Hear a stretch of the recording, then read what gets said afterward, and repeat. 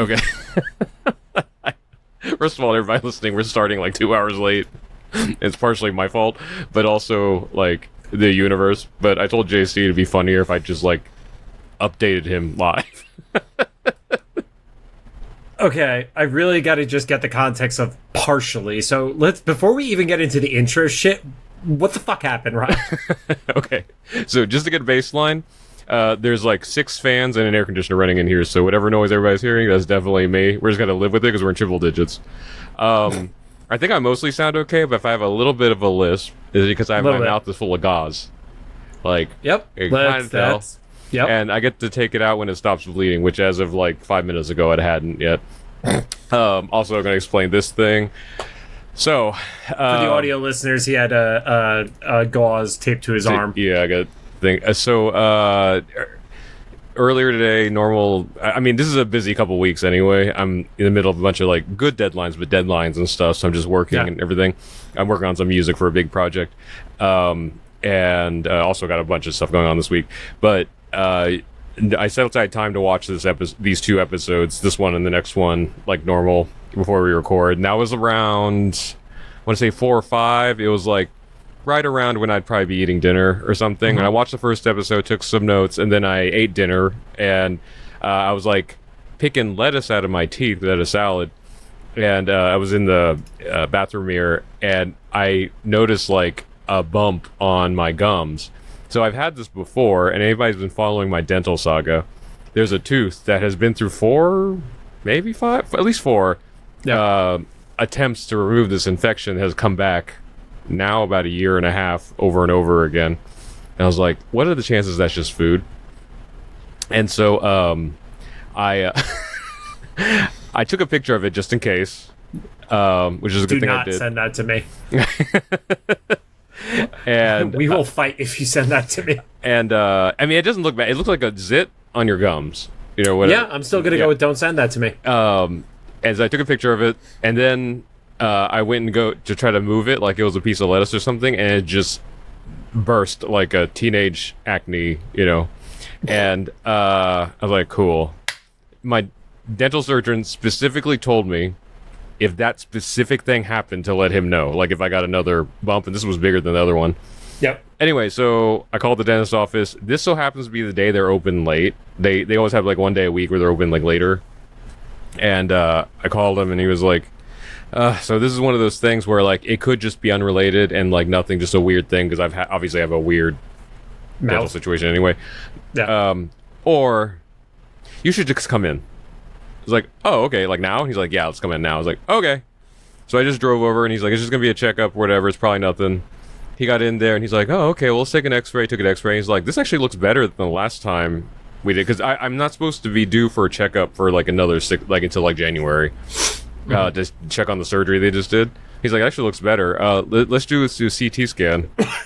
So as I'm waiting for them to set up the CT scan, I text JC. I was like, hey, I'm about to find out if I'm going to be late tonight or not. It's probably nothing. And I figured it was like work related, and then he sends me the picture of just his arm with the patch on it, and now looking at it in hindsight, it's the dental mat sitting on your chest. I was like, and we haven't even gotten to that text yet. So like, then they do the CT scan, and then he looks at it. By now it's been about 45 minutes because he went in there and like looked at different stuff and everything, and he's like, so it's not good. It looks like, because this is a tooth that we like that had like 2 root canals and crown and everything on it. He's like, it looks like it failed, and like for like the last surgery they did, it was like the last ditch thing, and they're like, so we're probably gonna have to just like remove the tooth and go into the implant like your other ones. I was like, God, and it's gonna be another year, right? You know, and of just all this. And I was like, oh my God, okay. And he's like, but just to make sure, I want to open it up and see for myself, because he was just looking through a CT scan thing. And then I texted you like, I'm finding out like how much longer this is gonna take. And then he opens me up, and I mean, you know, anesthesia and everything. He opens me up, and then he's like, okay, so this is a roller coaster. It went from like nothing to like worse, and he's like, okay, so not good, but not the worst thing. my body rejected the bone graft they put in there for the last surgery. So he's like, that's not good, but it's good we caught it now because we can try something else. So that wasn't necessarily the last stitch. Now I'm on the last stitch. So he's like, because the bone graft got rejected by my body, I don't know how this works. So anybody that's God, I look ridiculous with camera. I was gonna say the gauze right now looks like you have a tooth that's like snaggletooth out to the side. Okay. It's funny because it just needs to be like really far out there. It doesn't have to be on the tooth. I just can't feel anything because I'm still numb. I'm gonna suggest when you're doing the edit on this, Rod, anytime that you're like adjusting your mouth, you just put like a black bar over your mouth so we don't get like TOS violations on YouTube or something. And so he's like, okay, so if anybody understands any dental stuff, I don't know how this works, but he's like, I have to draw your blood and we're gonna make a bone graft out of that. So then I understand dental stuff. I don't know what the fuck you're talking about. So they took a good chunk of, I don't know how much a good chunk is. I don't like the sight of blood, so I just like went somewhere else in my head while they took it. And then I messaged you this picture because the process to turn the blood into a bone graft took like 10 minutes with whatever machine they used. Yeah. And then they continued with the surgery, and it just escalated like very quickly because it went from like, oh, it's fine, like, and if there's anything we need to do, we can schedule for a few weeks out, to like, we have to do this right now. Like at what is it, like 6:30, 7 p.m. on a Thursday at a dentist. And then it went from the one doctor and the assistant to like 4 different doctors, and then they ended up pulling in like 2 or 3 dental students because this is so weird. And he was explaining he's like, there's this crazy amount of anomalies happening here. I was like, cool. And anyway, so then that got finished, and that's when I messaged you like, hey, we should just do this tonight. So I just want to point out, as Rod is telling me this shit, my concern is not, are we recording tonight? I'm literally saying, if you're not up to this tonight, let's pick a different night. And he's the one who said, no, let's do it tonight. I was like, we should do it tonight because, like, it's not going to get easier. Like, this month is going to get busier. And I feel like if I keep pushing stuff off, like, things are just going to get more insane. Because today escalated so quickly. I said we do not have to do this tonight. And also, I'm not high. Like, they didn't put me under. There wasn't enough time for that. Great. So, maybe halfway through recording, the anesthesia wears off. And then I'm just like a little more irritated. Hopefully I'll be able to pull this gauze out before the next episode. Hopefully. But otherwise it's just kind of like an inconvenience and escalated very quickly. Anyway, this is the longest intro we've had. Cue the music.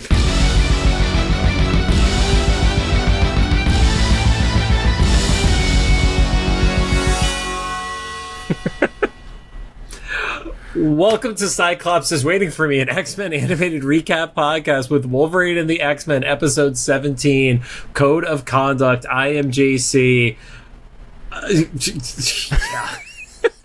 And I'm Rod. If you're watching us, you just saw that whole intro. You know why my mouth looks like this. If you're listening, I don't know, I guess you still kind of know. You should watch the video. This is an incentive to watch the video, how ridiculous I look right now. I'm a little swollen. Not as bad as I thought I was. My face felt like it was this big when I left the doctor's office. And then, see, I don't know what's from the swelling and what's from the gauze in your mouth at this point. Little column A, little column B. But anyway, we're going to get through this before the anesthesia wears off. Cyclops is Waiting for Me is our bi-weekly podcast series where we're going back and watching every single X-Men animated episode we can find. This podcast started with the original 1992 X-Men the animated series building up to the release of X-Men 97. Along the way, we've completed X-Men Evolution and launched a companion interview show, the Xavier Files. And now that we have it confirmed that Season 2 of X-Men 97 will be dropping in 2026, we're dedicating this year to all of Wolverine and the X-Men. Some quick reminders, we're a recap show about a series that started over 15 years ago. There will be spoilers, and if you don't want it spoiled for you, you should probably pause the podcast, watch the episode on whatever service you have, and then come back. We're not currently sponsored or affiliated with Marvel, Marvel Animation, Disney, or Disney Plus in any way. I pulled the gauze out. I think it stopped bleeding. It automatically sounds better, I'm not going to lie. I think it stopped bleeding, but if you happen to notice any blood dripping down my face because I can't feel it, then just let me know. Yeah, I'll let you know. Okay. I wrapped it up in a credit card application, so we'll figure out where to put that. There we go. Amazing. Also, another incentive to watch is Lucy's back here sleeping. I'm actually surprised she doesn't have a hoodie on, and she's good. It's just way too hot to be wearing a hoodie. Yeah. Because even with the AC on and everything, I think I'm still in the 80s inside. Anyway, don't forget to follow us on social media. Cyclops IWFM Pod on Instagram, Threads, Blue Sky, TikTok, and Facebook. Are we still on Blue Sky? I mean, I never took us off of Blue Sky. I'm not actively posting there because nobody is. The only spot we're not posting is at all is Twitter. I just refuse to put anything on the trash bag site. I hadn't logged into Twitter in a year, or I guess like about a year, and then one of our mutual friends like sent me like a news article and happened to be a Twitter like link, and I was like, okay, I'm reading this because of you, but this is the only time I've logged in. So, real quick, before we get into the episode, this is the first time we are recording since San Diego Comic-Con has wrapped up.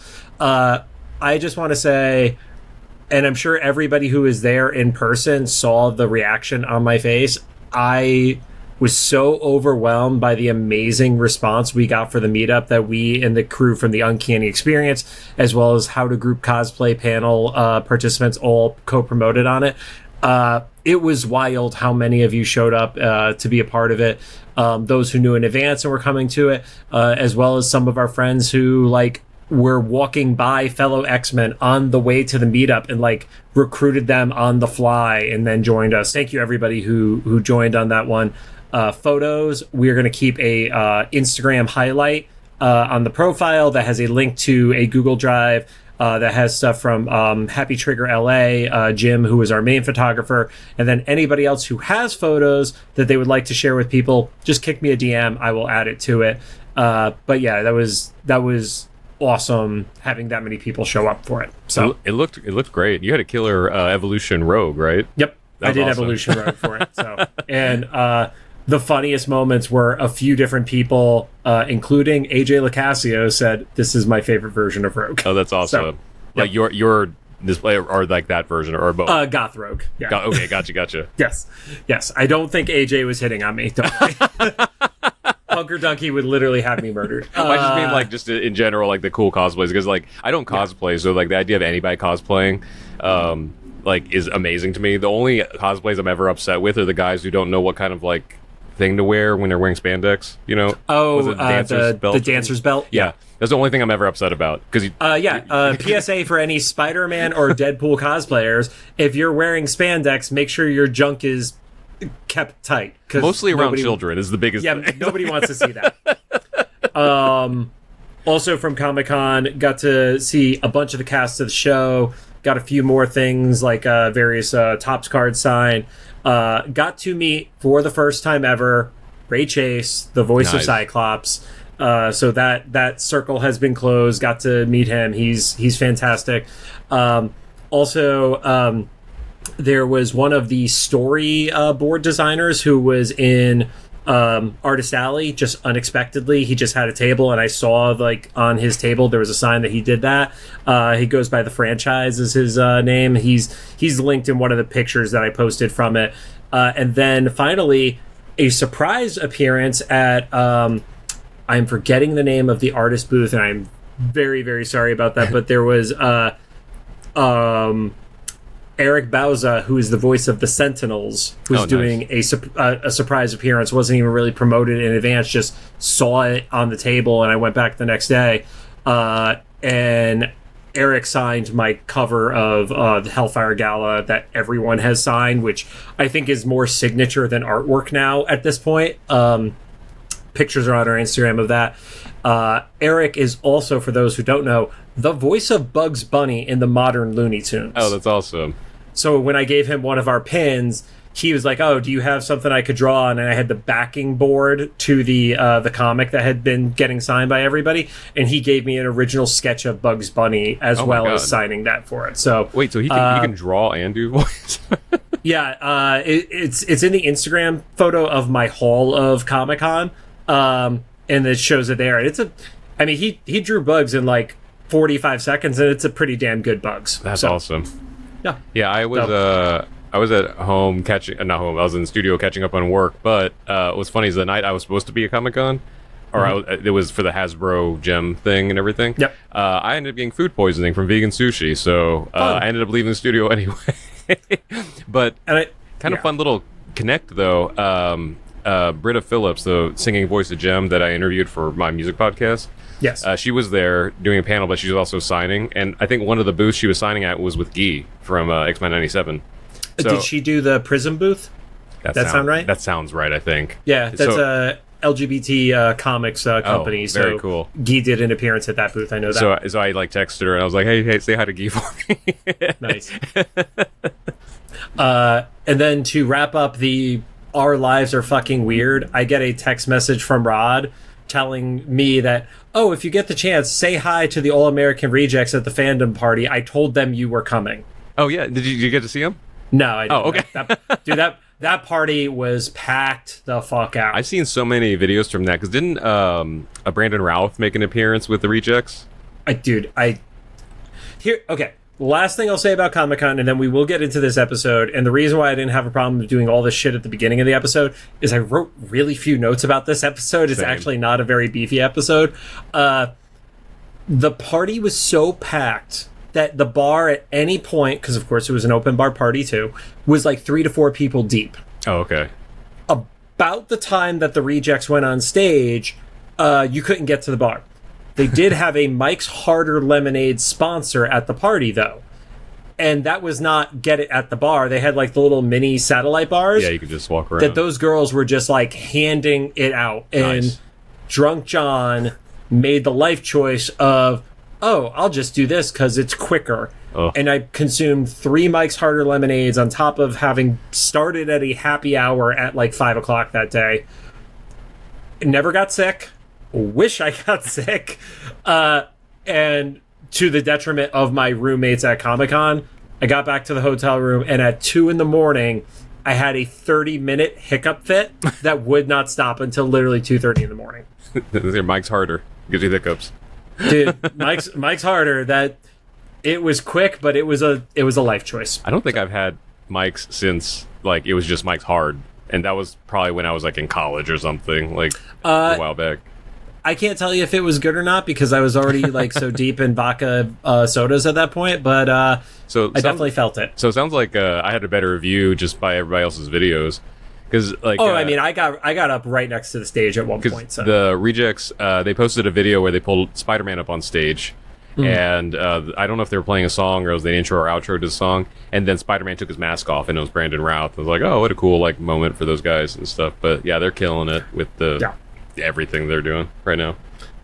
Now, on to the show. Today, we're going to be talking about Season 1, Episode 17, titled Code of Conduct. It aired on August 21st, of 2009. I'm the one talking like you. Yeah. And it currently sits at a 7.2 star rating on IMDb, and I did not fix the script because I said it was tied for the second highest rated episode of the series. That is not accurate. To be totally honest, I thought this was even lower. I thought this could have been like a 6.8 or a 7, honestly. I mean, I don't necessarily think it was like, I mean, there's parts of it that were questionable, but like, overall, I could tell this is one of those episodes that they were like, we need something that we can be like an emergency, break in case of emergency, like, so we can air at any time. Because it was definitely a bottle episode. Yeah, because it didn't tie to anything else, and it was the real tell was at the beginning, no previously on. It just like jumped into the story. Jumps to Rod's point, goes right into Wolverine pulling up right to the front of the Institute at night, and he walks through the door and starts sniffing. He pops his claws because he sees that the door is cracked open. And then, did you think this was a ghost story at the beginning? No, so my first note was like, he smells Sabretooth, romantic music. Okay, yes, same. But I mean, when you go in and then you see Smokey Bobby and Smokey Ninja, I was like, it did not give the appearance or like the vibe to me that he was smelling what he was seeing. So it did for like a split second, just when Bobby appeared. He's such kind of like a generic character model. Right. That I didn't know was him right away. I was like, oh, maybe it is a ghost thing. But like, I quickly, when I recognized it was him, I was like, I don't know how I remembered this, but I remembered like in this show, Wolverine has like that Benedict Cumberbatch Sherlock Holmes vision with his smell. Yeah. Where you can what I call the Arkham vision from Batman Arkham Asylum. Yeah. So I was like, oh, this is that thing. It still weirds me out though, because like, I don't know. I think at the time the show came out, we weren't supposed to think about it that hard, but like, I'm just like, man, there's like so much information here. Like people he's never seen before. I just guess I don't like the visual of how they chose to present it, because it was like wispy lines that gave me the impression of ghosts, and then although you go through the episode and you find out these are just ninja, they are not hand ninjas. Yeah. The hand has a supernatural aspect to them that involves like ghosts and undead and shit like that. So at the beginning, before they actually mentioned that it's the Yakuza, I was just like, is he seeing it replay like actually from like a ghost aspect of it, which we find out is not the case. I think it was wispy though, because it was supposed to be like the scent, which is confusing. Yeah, but it's kind of dumb. In hindsight, I totally get it, but the initial like gray see-through vibes, I was just like, what? Yeah, I forget if it was this episode or another. I think it was the next episode. There was like this thing, and then one other small thing in the next episode. It was like, it's not a bad thing. It's just you could tell like someone who wasn't like absolutely obsessed with X-Men wrote the story, because there's like very small details that even I kind of like, was like, oh, that was a weird choice of words for that specific thing. I'll try to remember. Are you going to point those out to me and shock me like the last episode?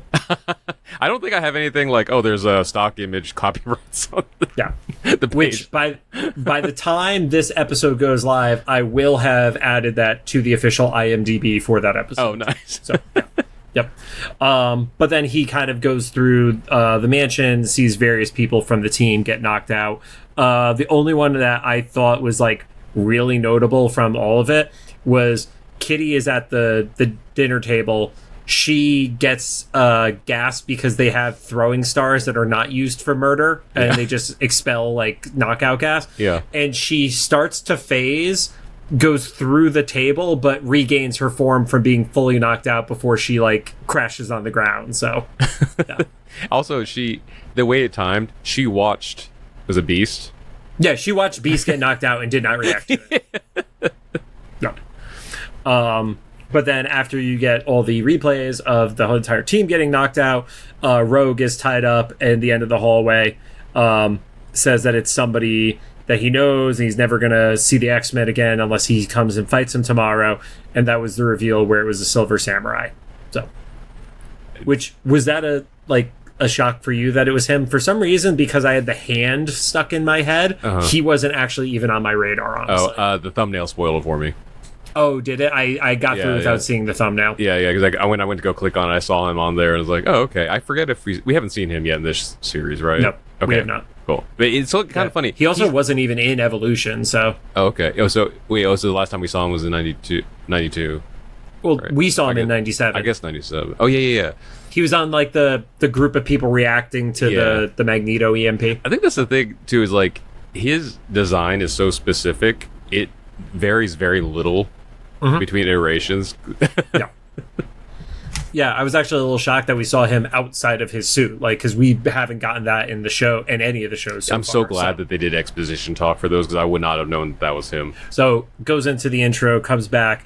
Logan has taken the time to throw on his gray suit. They're really, like, getting their money out of the stealth suit designs. And then, at first, I didn't know if it was, like, the shading or whatever, but Rogue is also in a gray stealth suit, too. Like, even her, like, jacket has gone, like, into the gray range and stuff like that. Yeah, I didn't notice that until the next scene, but I was like, well, the jacket was the thing that got me. It's like, they went to the effort of getting every piece of clothing. Yeah. Whatever your own personal customized outfit was, you have an alternate version, and it has to just be because Warren paid for it. Yeah. Yeah. Nanites. So Rogue is, where do you think you're going? And Wolverine's ready to go. And she does the, like, I hate to call it this, but it's the cop thing of, like, reaching over and turning the keys on the bike to turn it off. And she's like, well, what is this all about? And he goes, a woman. And okay. she's like obviously not happy about that. We still haven't gotten resolution as to why she lost trust in him at the beginning of this season, right? Or the beginning of the series, right? I guess it's supposed to just be general, like she doesn't feel like she can depend on him because he just takes off randomly, but that's his character. So we still haven't gotten this from him. Here's my biggest fear now, dude. If we go through the entire season and they never resolve it, and I will lose my fucking mind. We'll talk about this in a little bit because they do talk about it here. He says it was about a woman, then he was like, it was a few years ago, and I was like, what the? Okay, so this blows my whole idea of the timeline because I thought it was at least a decade, like minimum, right? Like another life. I think he's just saying a few years, but I'd imagine he's been with the team for like 8 years or something like that. I don't think he left, came back. Or like came to the team, then went back to Japan, did his thing, and then went back to the X-Men.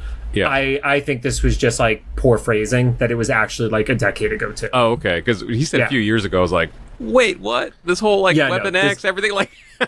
No, this is post Weapon X, pre team. Okay, is which would also be consistent with the character as an overall too. Okay, so, yeah. So it's the flashback. And you see Mariko, but at first when they showed her her silhouette, she had her hands in front and like the long kimono. Oh. And at the angle, I thought it was showing she was pregnant. Oh, gotcha. Because it had the hand bump is where the baby bump would be in a stylized character. Secret babies, man. Secret babies. So you get more exposition about Harada, who we know is the Silver Samurai, and he was a part of the nobility and, you know, on his way up into the Yakuza, and they basically were doing a fight to the death. Here's the choice that I completely disagree with in this entire episode, where they talk about his power to energize his sword. Throughout both of their fights, in the flashback and the ones in the modern day, his sword is powered up throughout them. Like, it doesn't look like he held back on his powering up of his sword. Oh, gotcha. Yeah. Wait, so like it's not when it's just wavy, like.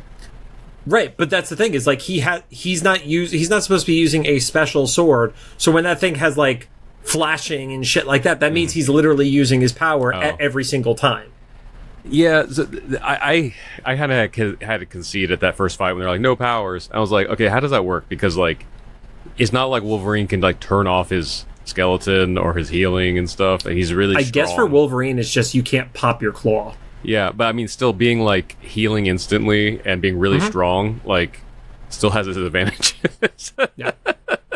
Yeah. I mean, at the end of the day, if he gets stabbed and you go by modern comic logic, he can get stabbed through the heart with a sword. As soon as the sword comes out, his body's going to start healing from it. So. Yeah. And I want to say by this 2000s era, he was already starting to hit that like overpowered like grouping. So it wouldn't be out of character for him to be able to survive a literal stab through the head or the heart or something like that. Or even just like having like the normal, like the like lesser amount of healing and stuff. That's still like a power that would be an advantage during a fight. You know, like that I'm not aware of him being able to turn off. So it was like an interesting thing for, especially a third party to say, and be like, how are they watching and enforcing that? Yeah. This is interesting. So Wolverine wins the fight. He does the, just yield, give up. And Harada obviously doesn't want to, but Mariko says, you have to leave for forever. And we don't have a ton of insight at that point as to why she's like, doesn't matter that you win, even though you fought for me, that she just wants him out of there. Back in the modern day, they end up at the Japanese embassy and they're like, sneaking in. Rogue is asking questions about like, why would she make you leave? Like kind of what I was just alluding to. Wolverine is like sniffing around and he knows like how many cooks were in the kitchen and stuff like that. Like his scent is the most emphasized power for the first quarter of this episode, and then it never comes back. Yeah. It's a plot, not plot armor, but plot device. Yeah. Just like plot's vision. I don't know. Yeah. He sees whatever he needs to see to move things forward. Yeah. So he realizes from the tea that he smells that Mariko is going to be in there, and he basically tells Rogue to wait. And they have like this really awkward, will they, won't they? Mm-hmm. But it feels like he's into it, and she's like not having it. But obviously, he's not forcing anything. Scenario. Yeah, and she even said, like, I told you to never, see me again. Yeah. He's like, well, you're the one that came to New York, so. Yeah, you're literally in my city right now. Yeah, so she, is like, yes, I will tell you where he has your friends if you don't fight him and you promise to never see me again. So Wolverine is like, done. Like, that's all he wants at this point, because he realizes whatever future there is with her, it's not going to happen. She also explains that the reason he came after her or him was because he's being considered for the Yakuza, and he has to have like a undefeated track record. So he has to, what did she say? Wipe cleanest slate. Yeah. And then Wolverine points out, like, yeah, and if you just asked me, I would have told him to bug off. So he forced his hand by like kidnapping his friends, and now everything in the beginning makes sense, because it's like, why did he leave Rogue behind? It's like, to be the messenger and all stuff. But also, I feel like normally Wolverine would be a little bit smarter than, but at the same time, they got all his friends, so he's acting quickly. Yeah. So she agrees. She tells him, yeah, they're in this warehouse that has a Sakura on the side of it, which is a big decoration to put on the side of your warehouse. Yeah. And before she could even like turn to say goodbye, Wolverine has already left. Rogue had listened in on it. And then you get like, to your point, thank God there was exposition here, or you wouldn't have known that was him. But it was basically like, you betrayed me. It's because it's somebody's gonna die, and you're worried it's gonna be him. And then Mariko's like, no, I'm worried it's gonna be you. And then the closest thing to domestic abuse that they could show on a children's cartoon was shown, because he basically did the like, why I oughta, and he like hauled back like he was gonna slap her, and I was like, are they gonna show that? And obviously they didn't, but it was the most thinly veiled of references, Yeah, I'm surprised they went even that far, because like this was years after the whole like Jersey Shore thing. Remember when Snooki got slapped in the bar, and that was like a scan. Was that? So that was 2009, and I know it was the same year. Oh, okay. And I know this because when I was at WWE, one of the characters that I was working on pre-Jersey Shore coming out was Zack Ryder doing his Long Island Ice-Z character. Okay. And then all of a sudden Jersey Shore comes out like right after that, and the Snooki slap happens, and people are like, oh, this character is based off of Jersey Shore. I can tell you point blank it was not, because we were working on that character before Jersey Shore came out. So that's why in my brain 2009 is when the Snooki slap happened. But I remember even that, like, it was huge though when that happened. When MTV was like, we won't even show that. Like, because you heard the sound, and the scream and stuff, but they censored it. And like MTV doesn't censor a whole lot of things besides nudity. So like it kind of set not the bar, like kind of the understanding of like how far at that point, things would be shown. So, so for like an animated show, for him to even make that motion of the back of his hand, I'm like, oh my God. You get a view of this warehouse. The X-Men are like passed out on boxes. Wolverine and Rogue walk in. And then there was a weird like Three Ninjas reference, which I didn't know if that was supposed to be a pun or something like that tied to the movie. It was just a really awkward delivery, honestly. Yeah, because then I got confused, because there were way more. There were way more than Three Ninjas. Yes. Yeah. Also, shout out. I think I'm mutuals on TikTok with one of the Three Ninjas. I think that's the movie he's in. Is it Mike, the one who has the dojo in Canada? Yeah. Oh, not Canada. Yes. Is it Canada? No, it's not Canada. Colorado. Sorry, Colorado. And he was a Power Ranger. He's a Red Ranger. Yeah.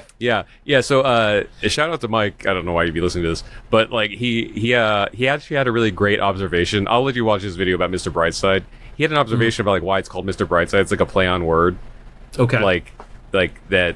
I guess it's easy to explain. He was like, what if the song is about like a guy who sees his partner doing better with another person, and he's like, I missed her bright side, and I was like, and I was like, you just noticed something that I never clocked, and that is super plausible.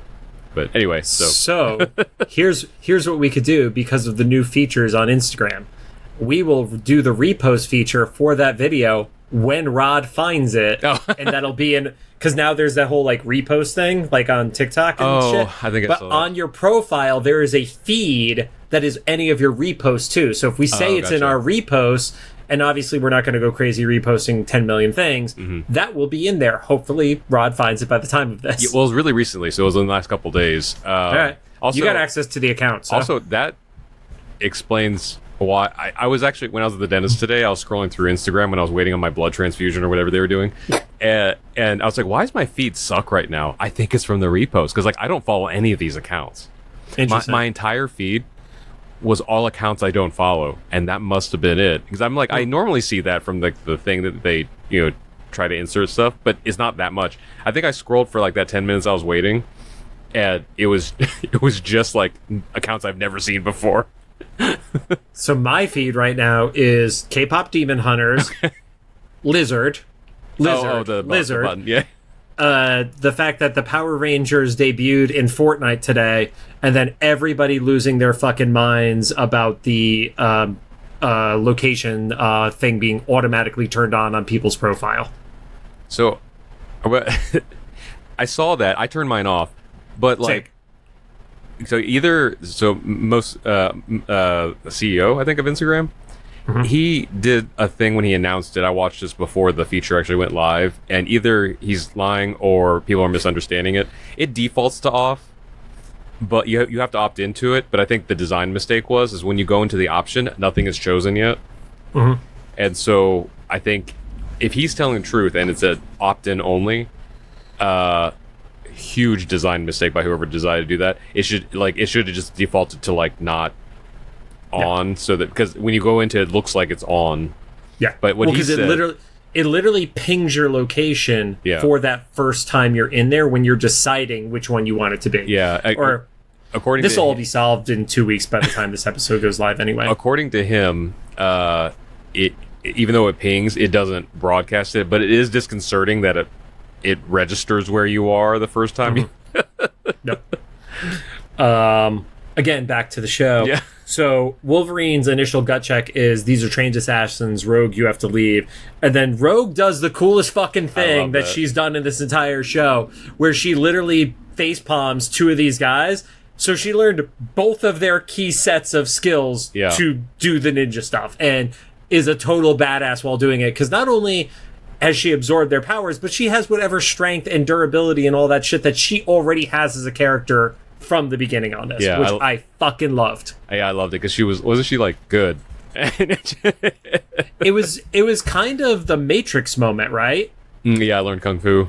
Yeah, it felt like that vibe in a very good way to me. Yeah, so. I kind of I got on the outside of like movies and stuff. I remember there's a story about Prince playing the Super Bowl halftime show, and all the producers are like, "Who's going to be the one that has to call Prince to tell him it's raining?"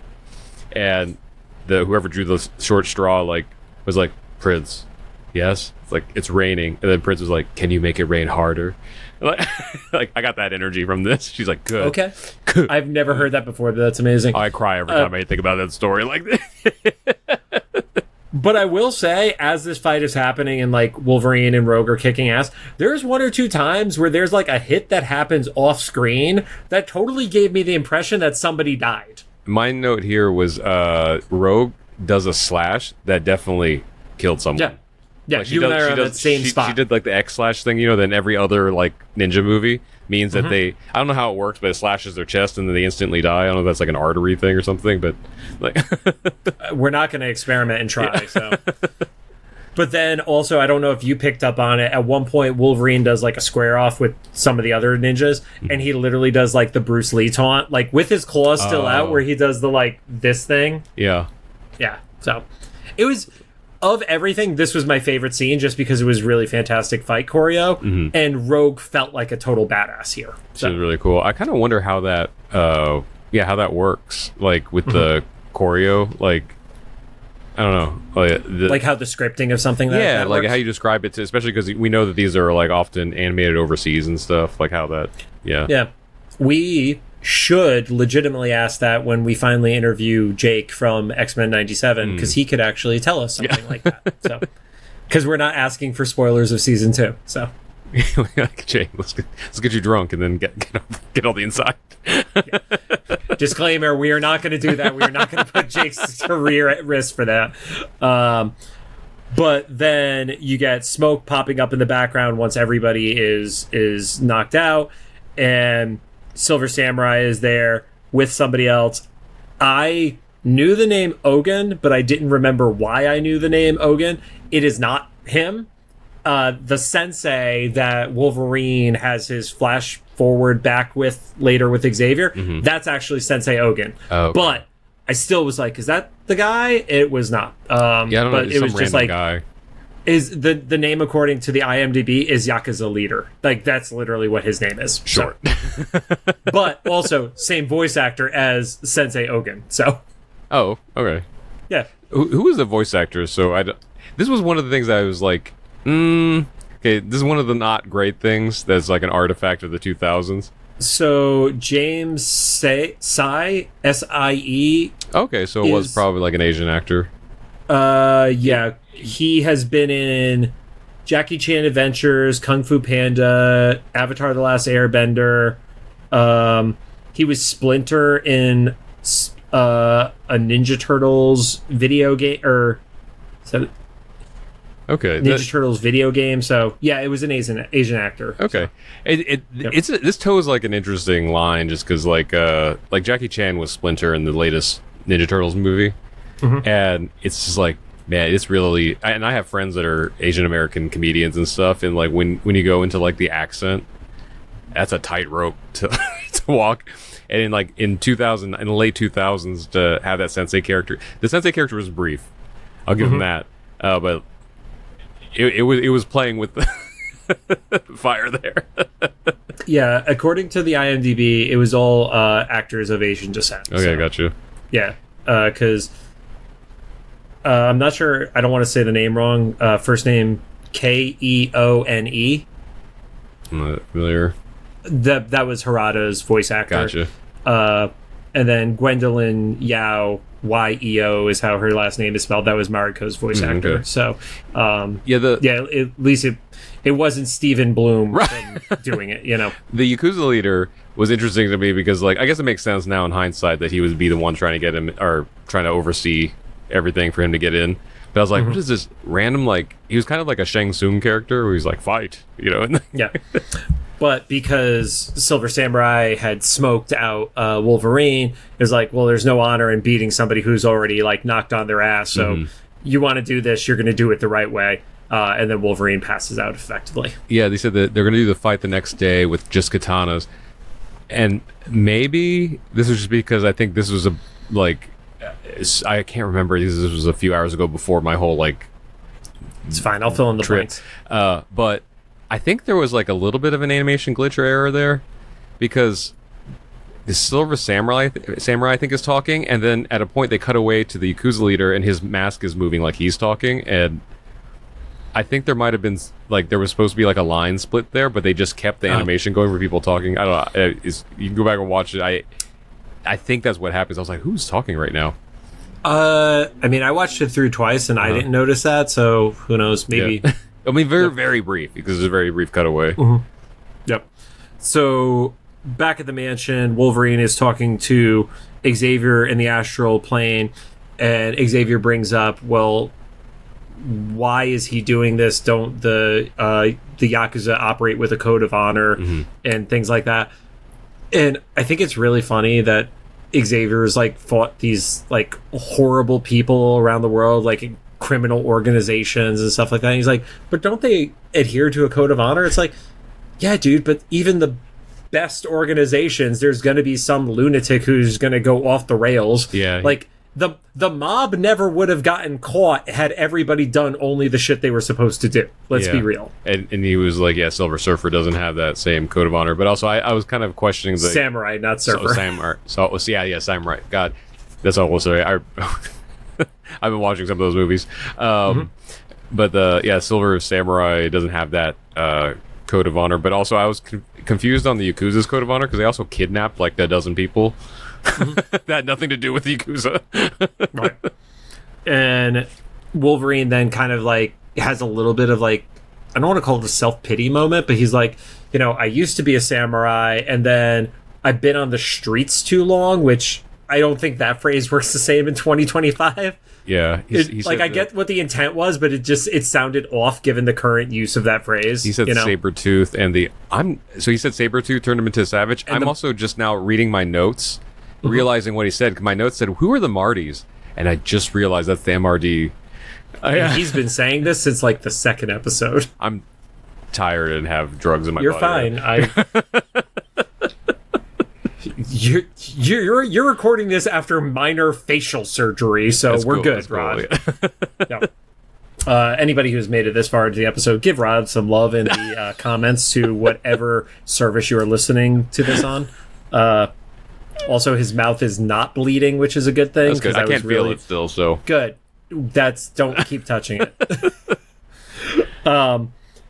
And it was like, you know, you as a samurai, you used to train every day, and because I haven't done that in so long, I forgot. And then no boundaries Xavier just goes into his mind and pulls up his old sensei, who is just a cranky old fucker. There's no nice way to describe this guy.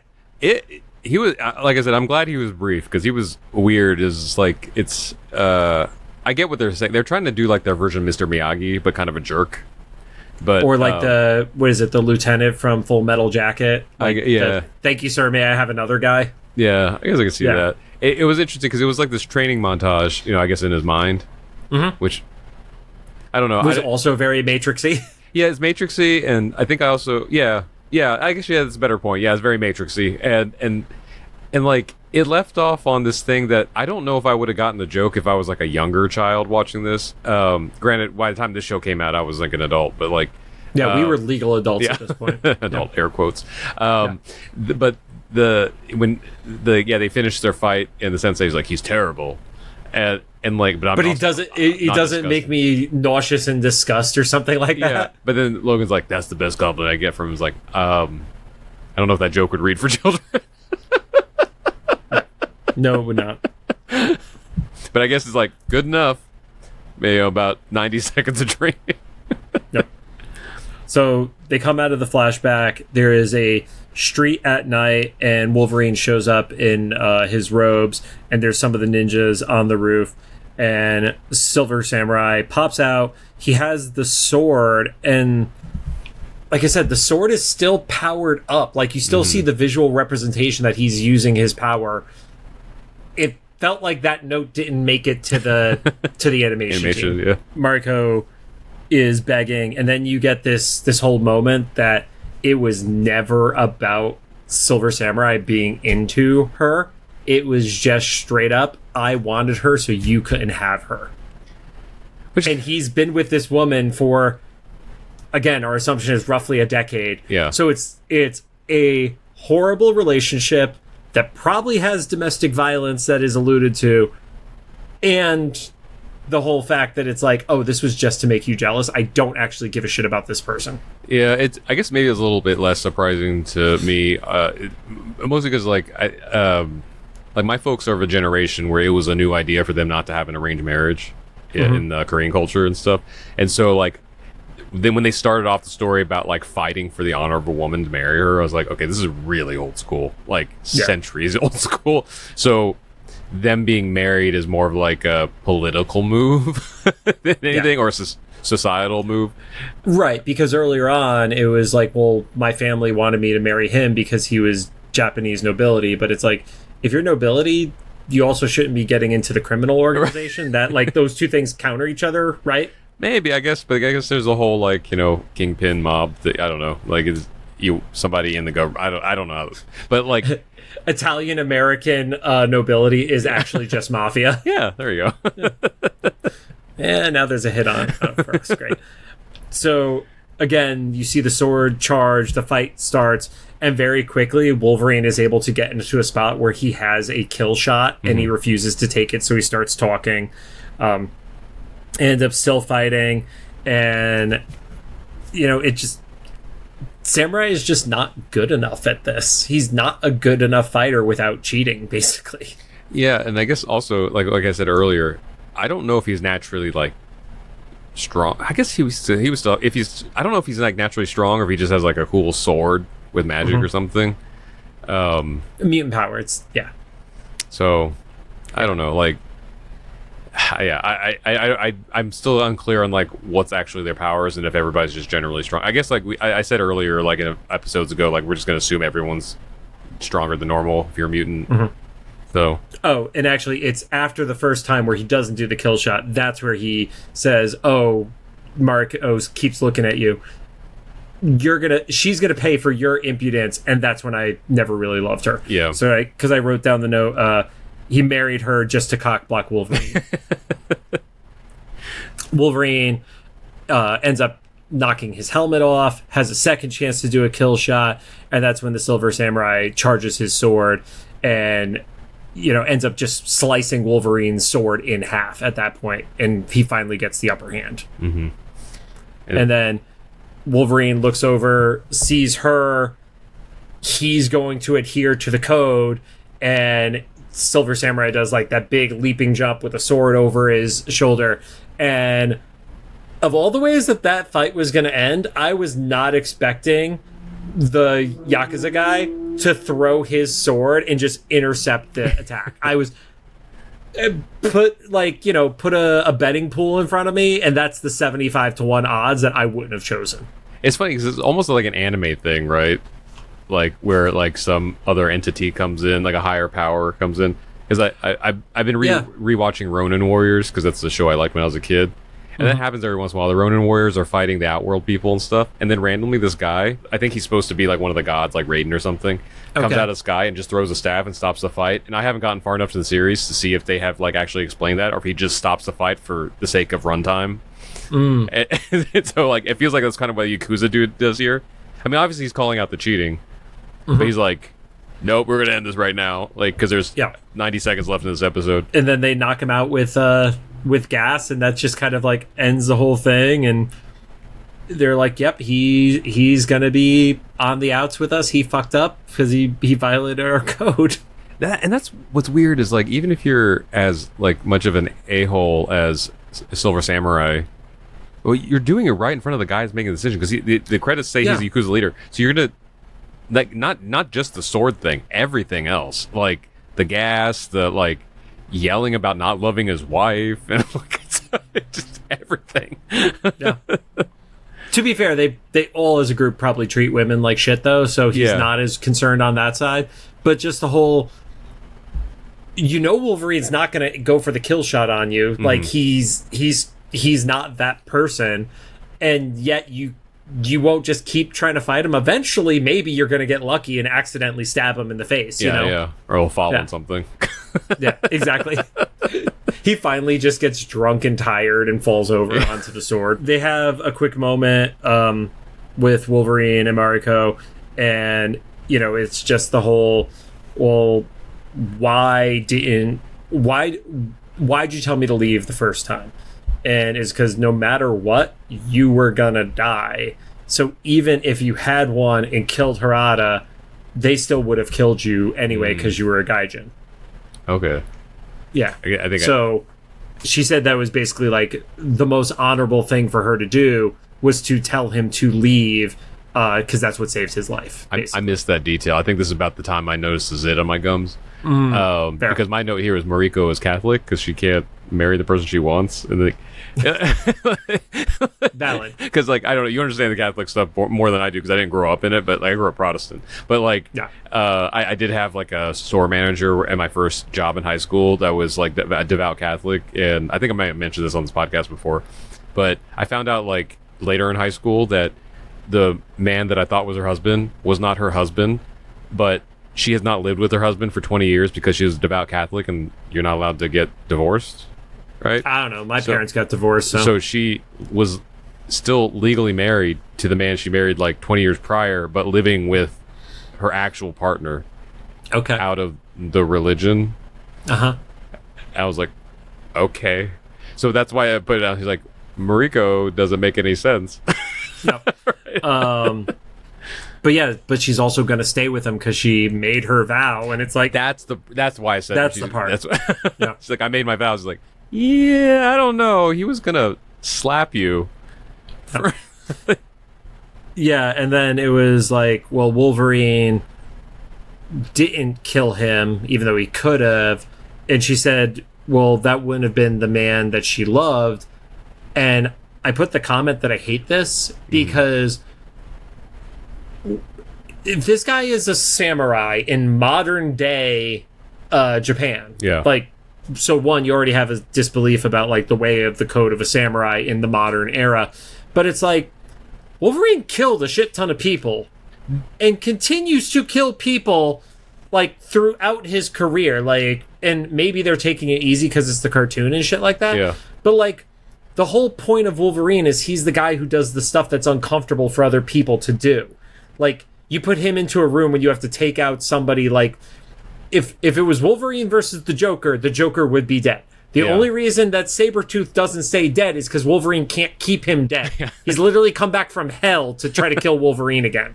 So, yeah, like, him being like, that's not the man I fell in love with. So I was like, then you didn't really know Wolverine too well, I feel like. And it's a weird thing in a meta level, like, zooming out to the real world, like, to call out something that's so core to that character. Because, like, he's like a killing machine. It's already weird not to see him kill people on animated shows. Mm-hmm. But then to like point out like, you're not a violent man, it's like, says who? Like, there's a whole sequence of Weapon X going feral in every version. And like I said, like, he goes into those fights with like the MRD and stuff like that. You can't tell me no MRD person is getting killed when he's fighting with claws on his hands. Actually, Come on. Him and Rogue just offed how many ninjas like 20 a minute earlier in this exact episode. Well, that's why I always have a problem with the trope of, oh, we killed 50 people who were like nameless guards, like guys who were probably getting paid minimum wage in like the goon category. But then when it's like, I'm going to take you into justice to make sure you pay for it against the big villain, it's like, no, you would shoot that guy in the fucking head too. Right. Like, why would you not be killing that guy? Which, that detail will come back in the next episode. Yeah. Seriously.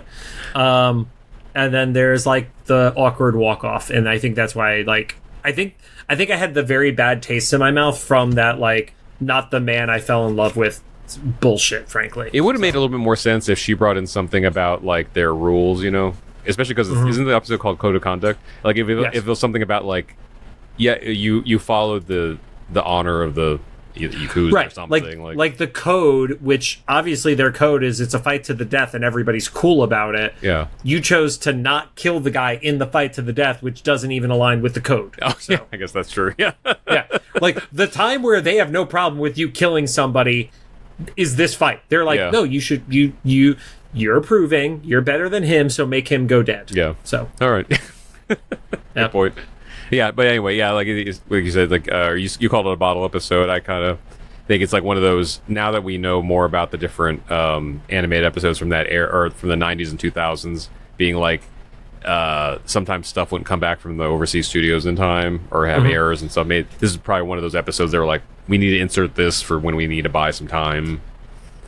It just needed to be in the second half of the season because we needed Rogue back on the team. But outside of that, like, because you had Beast get knocked out, Storm get knocked out, Nightcrawler was not shown at all, so we don't know if it would have been before or after Nightcrawler had come back from Genosha. So, you know, there's no war in there, so it couldn't have happened after the following episode and stuff like that. So it is what it is. I'm like, I don't hate anything about like the series as a whole. I hate that decision at the end of the episode, but this just didn't end up like, I didn't love the overall on it. If you need a speed run Wolverine the X-Men, this one you can come back to later if you want to.